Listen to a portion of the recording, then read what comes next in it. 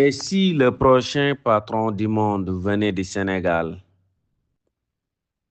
Après avoir dirigé le Sénégal pendant plus d'une décennie, Macky Sall pourrait viser le poste le plus influent de la diplomatie mondiale, le secrétariat général de l'ONU.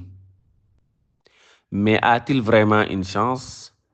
Et surtout, que pensent les nouvelles autorités sénégalaises de cette ambition?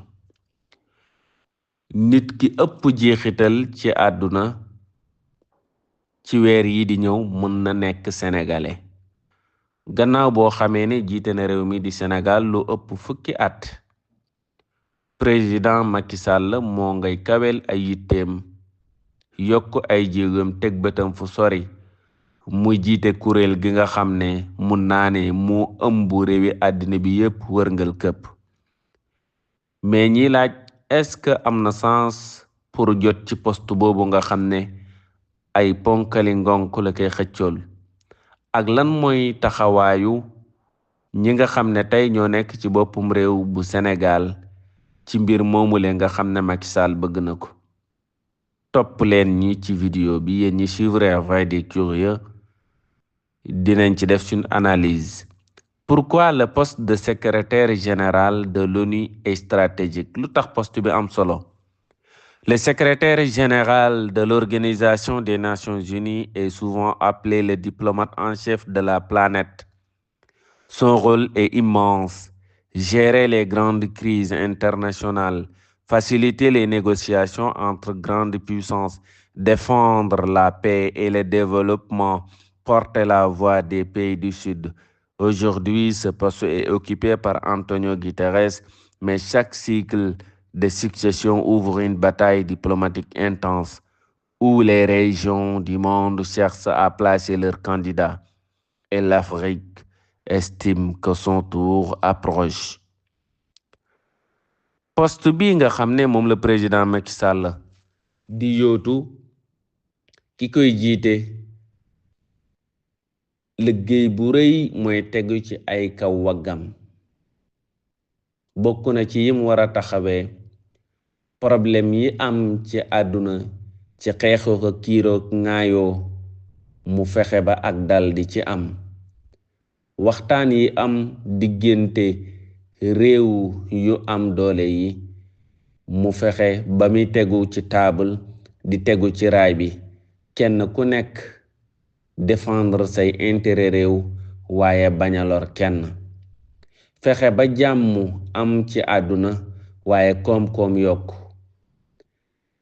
Taxaw nekk avocat yi réew yi nga xam ne dañoo ñàkk.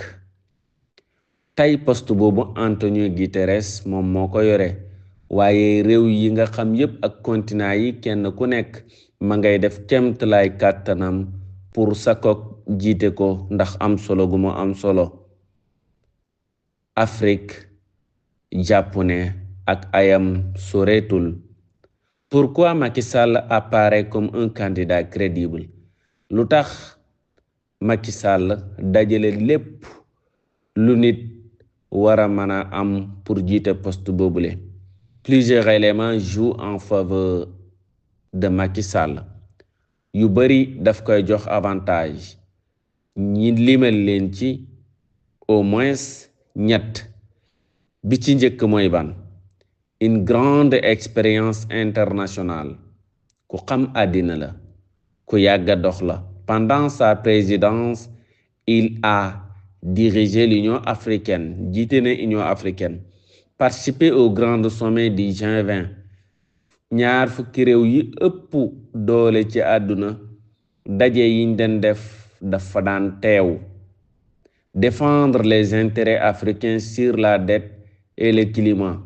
Yàgga xeexal Afrique, nëbbut ko am fit lu nit ñi doon tubaab mu taxaw seen kanam wax leen li nga xam ne moo baax pour Afrique te mooy arranger Afrique, surtout lu jëm ci mbiri bor mooy xaalis bi ñuy lebal Afrique ak climat bi nga xam ne mooy yàq lu bari. Il est donc déjà connu dans les cercles diplomatiques mondiaux. Wàllu diplomatie mondiale, waxtaan diggante réew yi xaatim yi ñi tënk pour di jëflante demlante dikklante loolu dañ ko ci xam miin ko ci.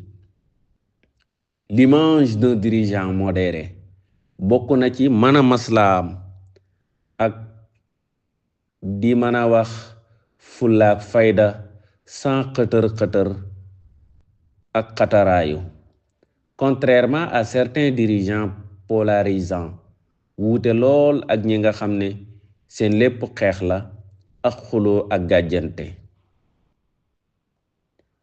Macky Sall est souvent perçu comme quoi pragmatique, diplomate, capable de dialoguer avec l'Occident, la Chine et la Russie.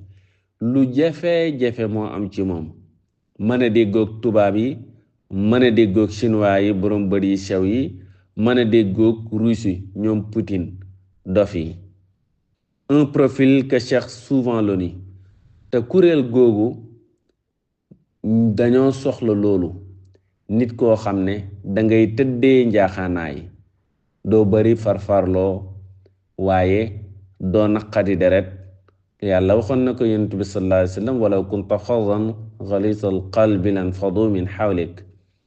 nit daal danga koy jéggal wa'fu anhum wastaghfir lahum wa shawirhum fil amri. dang leen di jéggal sàkku leen jéggal waaye di diisoog ñoom ci mbir yi. kon li war a nekk ci njiit pour mu mën a jiite li ni mel moo ngi ci moom. Le poids diplomatique du Sénégal beneen atu bi mooy Sénégal réewu jàmm mu doon réew de la teranga. Le Sénégal possède une réputation internationale particulière wuute lool ak yeneen yi. Pays stable en Afrique de l'Ouest nekk Afrique de l'Ouest te dégguñ li ci yoole ñi dégg feneen damay bañ a tudd waa gauche. Tradition diplomatique forte ñu xam leen lool ci wàllu jëflante bu rafet. Participation active aux missions de paix de l'ONU mbiri jàmm kenn mënu leen ci. Ce capital diplomatique renforce la crédibilité d'un candidat sénégalais. lu baax la ci candidat bu jugee Sénégal. Les obstacles réels à sa candidature li nga xam ne moo mën a galwayal xajamal yoonam dégg yi nga xam ne ñoo nekk ci yoon wi ak xaaxaam yi nga xam ne mën na jëfel yegg bi parce que foofa sax nit du foo dem mukk ci lu yomb waaye mën na gën a métti lu yoon wi. Mais la route vers le sommet de l'ONU est extrêmement difficile ak a jafe. Le secrétaire général est choisi par le Conseil de sécurité où les 5 grandes puissances possèdent un droit de veto. dafa am juróomi réew yoo xam ne suñ la tànnee bu ci kenn bañee yow dootoo nekk secrétaire général. réew yooyu ñan États-Unis gi nga xam ne borom ba bu rëy bi ñuul ñaaw bon réew ñàkk xorom soof rëy dof fa la nekk bu bañee candidat bi du jàll. Russie alaaji Poutine ma fa nekk bu bañee du jàll. Chine bu bañee candidat bi du jàll. France ma Macron de agent wu Iblis bu bañee du jàll. Royaume-Uni Angleterre kon juróomi réew yooyu ñooy ñoo xam ne bu ñëpp tànnoon kenn bañ ci ñoom candidature ba tàbbi géej. Si un seul oppose son veto, la candidature tombe. Un seul pays oppose son veto et la candidature tombe à l'eau. Kenn ay bañ lépp yàqu. Cela signifie que le candidat doit être accepté pour toutes les grandes puissances. ñoom juróom yépp ay bokk d'accordandoo. La position délicate des autorités sénégalaises taxawaay bi ci ñi nekk ci nguur gi tey am. Un autre facteur clé entre en jeu la position du gouvernement actuel du Sénégal. Après l'élection de Bassirou Diomaye Faye, le paysage politique a changé et certains observateurs se posent la question: le nouveau pouvoir soutiendra-t-il activement Macky Sall? Car dans la diplomatie internationale, sans soutien officiel de son pays, la candidature devient beaucoup plus fragile. dëgg la ju kenn mënta dëgg tànk mooy boo demee présenté wu bëgg a jiite lii Macky bëgg a jiite te sa réew autorité yi président beeg ñooñu ànduñ ci wala jàppale wuñu la dafay wàññi sa doole waaye terewul nga war a mën a jàll ñi fàttali na Macky Sall Burundi moo porté candidature am kon autorité sénégalaise yi seen taxawaay ba léegi nit mën na ci dut baaraam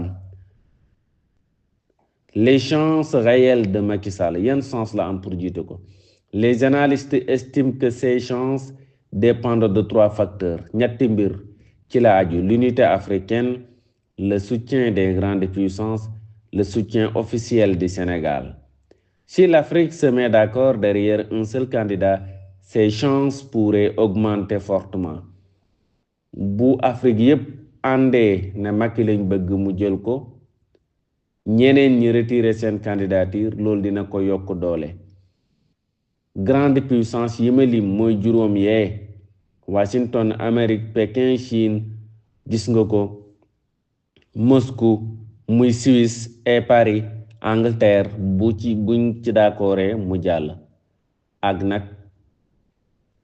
soutien wu ñi nga xam ne ñoo nekk ci nguur gi tey fi ñu tëjee la possible candidature de Macky Sall au poste secrétaire général de l'Organisation des Nations Unies ouvre un débat passionnant. Elle pose une question stratégique. L'Afrique est-elle prête à diriger l'ONU? Est-ce que l'Afrique prenne pour diriger l'ONU? Et une autre question encore plus directe. Le Sénégal soutiendra-t-il pleinement son ancien président? Est-ce que Sénégalais, autorité yi laa ci jublu seen président bi fi jógee bu yàggul dañ ko jàppale? Les prochains mois pourraient transformer cette hypothèse en bataille diplomatique mondiale. weer yi di ñëw question bi ñi posé ak laam-laamee gi mun na nekk xeex bu metti diggante ay réew parce que kenn ku nekk da nga bëgg sa kook jiite ko.